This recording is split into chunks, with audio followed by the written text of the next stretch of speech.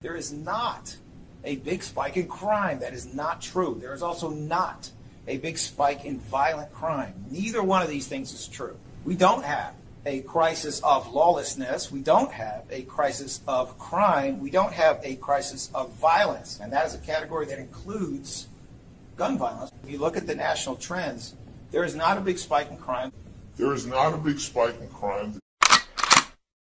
Where there was no holiday for gun violence this weekend in Philadelphia. Police are investigating more than 20 shootings that took place since Friday throughout the city. We don't have a crisis of lawlessness. In all, 33 people were shot. 10 of the victims died, including a young man who was gunned down this afternoon in Olney. Yeah, Rick, it was a busy weekend for first responders, for these police officers responding to all of these shooting scenes all across the city. We don't have a crisis of violence. Now, we know that this violence not only impacts the victims, their families, but the people who live here who have constantly watched this crime worsen. The crime and the violence is getting worse everywhere.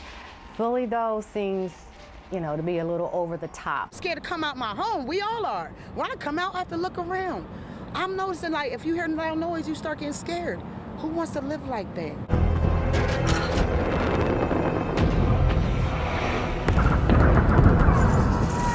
There is not a big spike in crime. That is not true. Lie after lie after lie after lie.